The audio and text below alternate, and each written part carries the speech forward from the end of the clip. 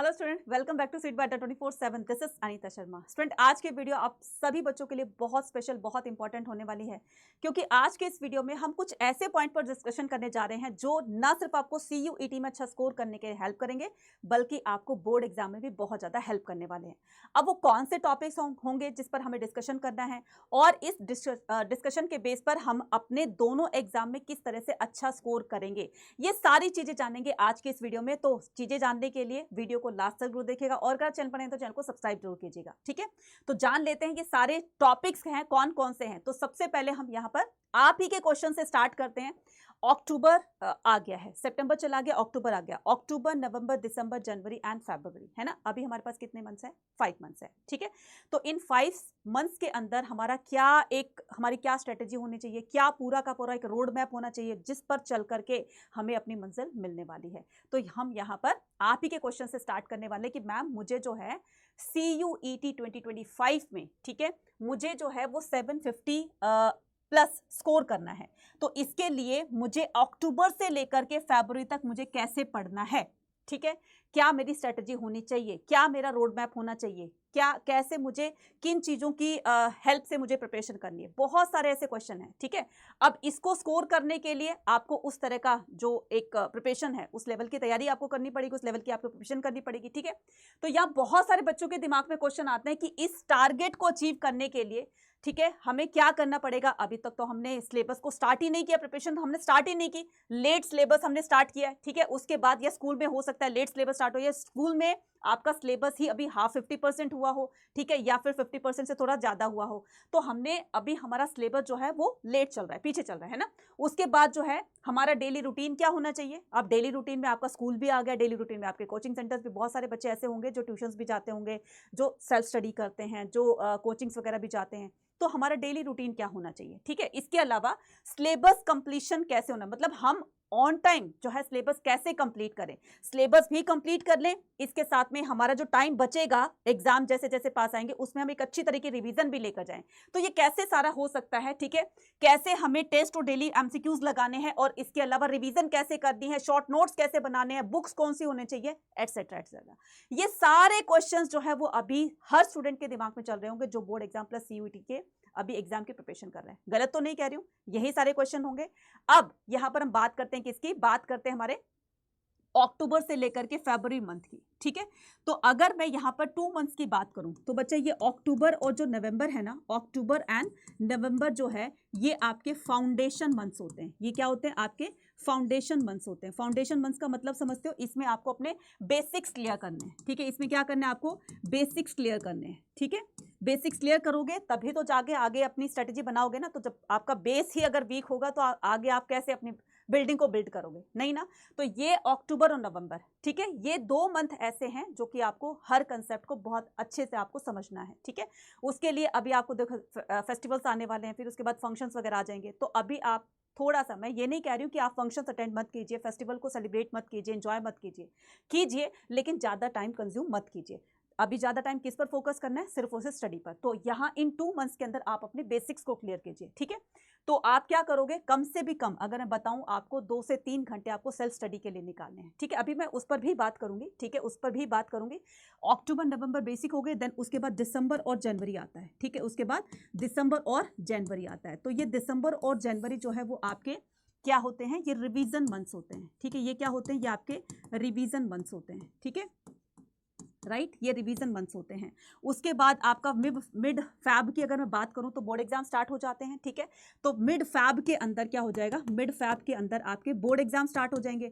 तो board exam जैसे start होंगे तो बच्चों को इतना टाइम नहीं मिलेगा। देन उसके बाद जैसे ही बोर्ड एग्जाम अप्रैल में खत्म होंगे, है ना, बोर्ड एग्जाम अप्रैल में खत्म होंगे, देन उसके बाद में मई में आपके CUET के एग्जाम स्टार्ट हो जाएंगे। तो आप ये सोचो अप्रैल और मई में बहुत ज्यादा टाइम तो नहीं है। ठीक है, तो ये आपका रिवीजन जो है, पहले आपने फाउंडेशन अपनी तैयार कर ली, उसके बाद रिवीजन अपना, मतलब इसी फाउंडेशन के दौरान आपका सिलेबस भी कंप्लीट हो गया। देन उसके बाद हम रिवीजन पर पहुंचेंगे, जो कि आपके लास्ट की जो मंथ होंगे, है ना। तो दिसंबर और जनवरी ये आपके रिवीजन मंथ्स होते हैं। उसके बाद जो है फरवरी, मिड फैब में आपके बोर्ड एग्जाम स्टार्ट हो जाते हैं, और ये कब तक चलते हैं? फैब चलता है, और ये पूरा मार्च निकल जाएगा, और कभी कभी जो है अप्रैल के फर्स्ट वीक तक ये चलते रहते हैं, है ना। तो ये अप्रैल और मई में बच्चा ज़्यादा टाइम नहीं रहेगा जिसमें आपको सीयूटी के लिए प्रिपेयर करना है, ठीक है। ये सारी चीज़ें मैंने बताई हैं। अब यहाँ पर जो बेसिक क्वेश्चन है, मैम हम तो स्कूल जाते हैं, स्कूल कितने जाते हो? 8 बजे से आप मान लो मोटा मोटा करके 2 PM तक आप अपने स्कूल में रहते हो, ठीक है। अब आपको क्या करना है, एक छोटी सी बात मैं बता रही हूँ, ध्यान से सुनिएगा। आप जब स्कूल में रहते हो तो टीचर जो भी आपको पढ़ाता है उसको बहुत अच्छे से, हर कंसेप्ट को जो भी टीचर पढ़ा रही है ना उसको समझना है, ध्यान से समझना है, बातों पर ध्यान नहीं देना इधर उधर, है ना। दोस्त ये कह रहा है, बातें कर रहा है, वो हंस रहा है, वो उससे बातें कर रहा है, ये सब चीज़ों पर ध्यान नहीं देना, क्योंकि स्कोर आपको करना है, किसी दूसरे को नहीं करना। तो फोकस भी आप ही को करना पड़ेगा। तो ये सारे डिस्ट्रक्शंस को हटाकर आपको क्या करना है, सिर्फ और सिर्फ अभी फोकस करना है अपनी पढ़ाई पर। तो जो भी टीचर आपको पढ़ाती है उस पर ध्यान देना है। इससे आपको 2 फायदे होंगे। एक तो ये कि जो भी टीचर आपको पढ़ाए तो साथ के साथ में वो कंसेप्ट क्लियर हो रहा है, ठीक है। और जो टीचर पढ़ाती है बुक आपके सामने होती है तो आप उसको अंडरलाइन कर लीजिए, है ना। अंडरलाइन कर लोगे ना तो इससे क्या होगा, अंडरलाइन कर लिया आपने, या फिर रफ नोटबुक है आपके पास में तो उसको रफली नोट डाउन कर लीजिए, ठीक है। तो उससे क्या होगा, वो कंसेप्ट एक बार तो टीचर ने क्लियर करा दिया, देन उसके बाद जब आप खुद से पढ़ोगे तो वो कंसेप्ट और अच्छे से क्लियर हो जाएगा, ठीक है। तो आप उसको भूलोगे नहीं, ठीक है। अब वो 2 तरीके से आपको क्लियर हो गया है। देन उसके बाद बहुत सारे बच्चे कोचिंग्स जाते हैं, ट्यूशन सेंटर्स जाते हैं ना, वहां पर भी इनको कंप्लीट करना है। अब मैडम स्कूल से हम आते हैं 2 बजे, ठीक है।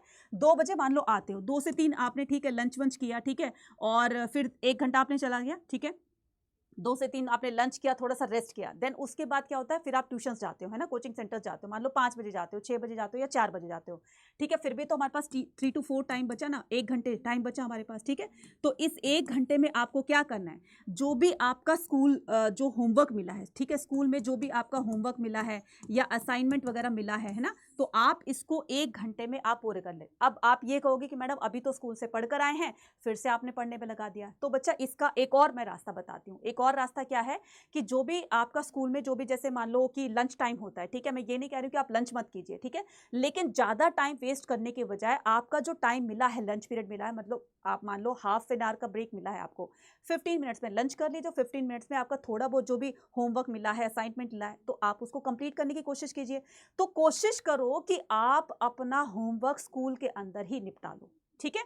तो इससे क्या होगा, थोड़ा सा आप घर के लिए फ्री हो जाओगे, है ना। तो एक तो ये रास्ता है। दूसरा ये है कि 3 to 4 आपको जो 1 घंटा मिला है, आप अपने स्कूल के असाइनमेंट और अपने होमवर्क कंप्लीट कर लीजिए। फिर आप गए ट्यूशन, ठीक है, ट्यूशन में दीदी भैया ने जो भी कुछ पढ़ाया उसको भी ध्यान से सुनना है, ठीक है, ध्यान से सुनना है, तो कंसेप्ट और भी अच्छे। हो सकता है कि आपके स्कूल में जो पढ़ा रहा है, यहाँ पर जो पढ़ाया जा रहा है वो डिफरेंट डिफरेंट हो, एक ही हो रहा है तो बहुत अच्छी बात है, डिफरेंट डिफरेंट हो रहा है तो आपके 2 कंसेप्ट एक साथ क्लियर हो रहे हैं ना, ये बात हो गई। अब बात आती है मैडम सेल्फ स्टडी की। सेल्फ स्टडी कब करें, तो सेल्फ स्टडी आपको ट्यूशन से आने के बाद थोड़ा रेस्ट कीजिए, ठीक है, जब आप बिल्कुल फ्री हो जाते हो, डिनर विनर करके बिल्कुल फ्री हो जाते हो, तो आपको कम से कम 2 घंटे बच्चा निकालना ही निकालना है ना। तो ये जो आपके बातें करना है, फ़ोन पे बातें करना है या फिर दोस्तों के साथ गप्पे शप्पे लड़ाना है, तो आप इसको थोड़ा सा बंद कर दीजिए, है ना, क्योंकि अभी आपका एक क्रूशियल टाइम चल रहा है। तो आपको 2 to 3 आवर्स जो है अपने सेल्फ स्टडी के लिए निकालने ही निकालने हैं, ठीक है। आप इसको ऐसा कर सकते हो कि आप अपने एक चैप्टर को, है ना, मैं एक चैप्टर की बात कर रही हूँ, उस एक चैप्टर को कम से कम आपको 1 वीक में क्लियर करना ही करना है। और ये जो चैप्टर होते हैं, कई बार तो ऐसा होता है 30 to 35 पेजेस के ये चैप्टर्स होते हैं। देन उन 30 to 35 पेजेस के चैप्टर है, आप 1 वीक में तो क्लियर कर सकते हो ना, पूरा नहीं पढ़ना है, एनसीईआरटी की एक लाइन नहीं पढ़नी है आपको, वो पढ़ना है जो एग्जाम पॉइंट ऑफ व्यू से बहुत ज़्यादा इंपॉर्टेंट है। तो कम से कम 2 से 3 घंटे आप निकाल सकते हो, चलो मान ले 2 घंटे निकाल लो, तो 2 घंटे 2 घंटे करके क्या आप एक वीक में एक चैप्टर कंप्लीट नहीं कर सकते हो? मैडम बिल्कुल कर सकते हैं। 15 चैप्टर होंगे, 18 चैप्टर होंगे, 14 होंगे, 12 होंगे, तो आप सोचो जरा 5 मंथ्स में आप कितने अच्छे से तैयारी कर लोगे। क्लियर है, ठीक है, ये क्लियर हो गए। अब हम यहाँ पर बात करते हैं किसकी, नोट्स की। ये सबसे बड़ा क्वेश्चन होता है कि मैडम नोट्स कैसे बनाएं, है ना। तो जो भी आपको टीचर्स ने बताए हैं, ठीक है, आप एक बार उसको जो है क्या करते हो, आप उसको अंडरलाइन करते हो या फिर अपने रफ नोटबुक में करते हो। मेरे को लगता है अकॉर्डिंग टू मी नोट्स बनाने का दी बेस्ट आइडिया ये है कि जब आप सेल्फ स्टडी करते हो ना, तो साथ साथ में जो भी आपको इंपॉर्टेंट लगता है आप उसको एक नोटबुक में, रजिस्टर में, पेपर पर आप उसको नोट करते चले जाइए, है ना। या फिर जो आप ऑनलाइन 1 शॉट्स वगैरह देखते हो ना बच्चा, ठीक है, ये आपको बहुत बहुत ज़्यादा हेल्प करते हैं। तो अगर मैं आपको कहूँ साइंस के हो, कॉमर्स के हो, आर्ट्स के हो, अगर आपको किसी भी चैप्टर का 1 शॉट अगर आपको देखना है, समझना है, उस चैप्टर को समझने के लिए आप मैं पर्सनल एक्सपीरियंस से बता रही हूँ कि आप उसका पहले वन शॉट देखिए, उससे ये आपको समझ में आ जाएगा कि इस चैप्टर में क्या बताया गया है, क्या पूछा गया है, किस बात पर ये बेस्ड है ना, पूरा का पूरा ये ओवरऑल पता चल जाएगा, तो इससे पढ़ने में और ज़्यादा इंटरेस्ट आएगा। तो आपको क्या करना है, ये जो ऑनलाइन वन शॉट आप देखोगे ना, तो इससे भी आपको काफ़ी हेल्प मिलेगी नोट्स बनाने में भी और चैप्टर को समझने में भी। ठीक है, पॉज कीजिए, फिर उसके बाद आप उसको लिखिए, फिर पॉज कीजिए, लिखिए। थोड़ा तो स्टार्टिंग में तो आपको थोड़ी सी प्रॉब्लम होगी कि इतना टाइम लगेगा, कंज्यूम होगा, लेकिन बच्चा आप सुनो, एक बार जब ये आपका पूरा का पूरा कंसेप्ट क्लियर हो जाएगा, वन शॉट में आप पूरा समझ लोगे, तो सोचो जरा कितनी हेल्प होगी जब आप उसको फिर सेकंड टाइम आप उसको जब सेल्फ स्टडी से करोगे, तो वो आपको बहुत बहुत ज़्यादा हेल्प करेगा। ठीक है, तो पूरा आपको पूरा नहीं लिखना है और ना ही आपको सजा सजा कर लिखना है। बहुत सारे पेन्स लेकर आए हो, स्केल ले लिया, कंपास ले लिए, नहीं भाई, सजाना नहीं है, आपको सिर्फ वही चीज़ें लिखनी है और बहुत ही रैंडम लिखनी है, क्योंकि वो सिर्फ आपको देखनी है, किसी म्यूजियम में उसको शो नहीं करना है, राइट। तो नोट्स कैसे बनाओगे, शॉर्ट बनाओगे। ठीक है, नोट्स कैसे बनाओगे, शॉर्ट बनाओगे।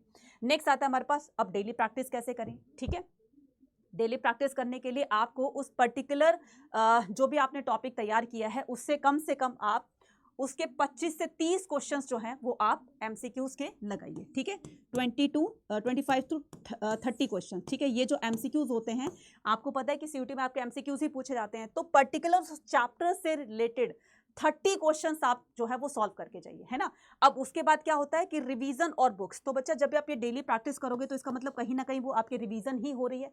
अब यहाँ पर क्वेश्चन आता है कि मैडम बुक्स कौन सी होगी, ये बुक्स अगर हमें वो खजाना मिल जाए, अगर वो ट्रेजर मिल जाए, क्योंकि ट्रेजर क्या है, ये बुक्स ही तो हैं, तो उस बुक से हमें पूरा जो एनसीईआरटी का चैप्टर है, वो इतने बड़े बड़े चैप्टर्स होते हैं, वो पूरा भी ना पढ़ना पड़े, इंपॉर्टेंट क्या चीज है उसमें ये भी पता चल जाए, साथ में हमें माइंड मैप भी मिल जाए, साथ में हमें प्रैक्टिस क्वेश्चन भी मिल जाए हर चैप्टर के, है ना। तो ये तो सोने पे सुहागा होगा। तो इसके लिए भी अड्डा 24/7 ने आपका ये सॉल्यूशन दे दिया है। तो ये साइंस के हैं, तो पीसीएम और पीसीबी के लिए आपको ये दोनों बुक्स मिल जाएंगे सिलेक्शन किट में। उसके बाद ये ऐसे ही कॉमर्स के हैं और ऐसे ही आर्ट्स के हैं। तो इन सभी बुक्स के अंदर आपको आपके जो एनसीईआरटी बेस्ड जो चैप्टर्स होते हैं, वो बहुत ही कंक्लूड करके जो भी इंपॉर्टेंट चीजें होती है विद माइंड मैप और with practice question her chapter के साथ में सारे के सारे आपको इसमें मिल जाएंगे। ठीक है, अब हम यहाँ पर बात करते हैं किसकी, ये सारी चीजें जो है आपको इस सत्याग्रह सक्सेस का गांधी जी यानी कि गांधी जयंती पर आपको ये सारी की सारी बुक्स हो गई। ठीक है, ये आपको 40% के डिस्काउंट पर, है ना, कितना 40% के डिस्काउंट पर आपको ये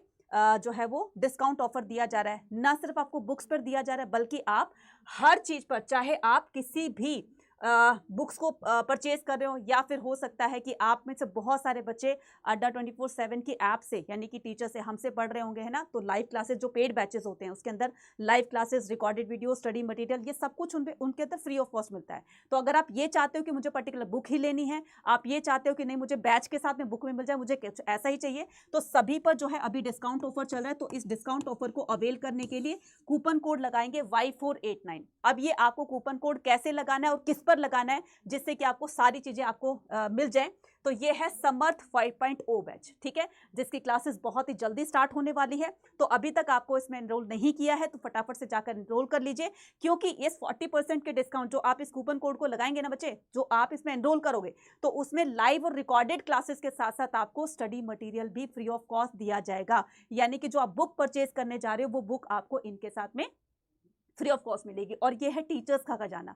अब बहुत सारे बच्चे ऐसे करते हैं कि मैडम लाइव क्लासेस में बातें होती हैं, ठीक है, या फिर जो है वो हमारा टाइम बहुत ज़्यादा कंज्यूम होता है, तो आपके लिए रिकॉर्डेड वीडियोस भी दे दी हैं। ठीक है, तो आप उसको 2x की स्पीड पर देख करके, और ये रिकॉर्डेड वीडियोस में भी आप अपने हर कंसेप्ट को बहुत अच्छे से क्लियर कर सकते हो। तो आपके लिए हर तरह का सोल्यूशन निकाला गया है। और ये है आपका महापैक वाले बच्चे, तो बस आप ये लगा लो कि महापैक वाले बच्चों के तो कहते हैं ना कि दोनों हाथों में लड्डू हैं। वो कैसे हैं कि महापैक वाले बच्चों को ये समर्थ 5.0 बैच है, या फिर आने वाले बैचेस है, महापैक वालों को फ्री ऑफ कॉस्ट मिलेंगे। आगे पीछे के जितने भी बैचेस हैं, महापैक वालों को फ्री ऑफ कॉस्ट मिलते हैं। बुक भी मिलती है, मॉक टेस्ट होंगे, प्रैक्टिस सेट होंगे, बहुत सारी चीजें इन महापैक वालों को सारी चीजें फ्री ऑफ कॉस्ट मिलती है। तो एक बार मुझे लगता है कि महापैक में जब आप परचेज कर लेते हो महापैक को, तो वो सारी चीजें आपको फ्री ऑफ कॉस्ट मिलेगी। और सीयूईटी के एग्जाम तक इसकी क्लासेस चलती रहेंगी। तो आप अपने सिलेबस को एक बार या दो बार नहीं, कम से कम भी मैं बता रही हूँ, आप अपने सिलेबस को 5 to 6 टाइम रिवाइज कर चुके होंगे। कंप्लीट की नहीं कह रही मैं, रिवाइज कर चुके होंगे, रिवीजन कर चुके हो। तो सोचो जरा कितनी अच्छी लेवल की आप रिवीजन करके जाएंगे। अब मैडम इसको अवेल करने के लिए हमें क्या करना होगा? इसको अवेल करने के लिए आपको सिर्फ और सिर्फ एक काम करना है, छोटा सा काम करना है। वो क्या? वो छोटा सा काम क्या करना है कि आप आपको अड्डा 24/7 की एप्लीकेशन को डाउनलोड करना है। ठीक है, ये देखो ऑलरेडी डाउनलोडेड है। ठीक है, उसके बाद क्या करना है, ऑल कोर्सेज पर जाना है। जैसे आप ऑल कोर्सेज पर जाएंगे, यहाँ पर यूजी पीजी एंट्रेंस एग्जाम दिया होगा।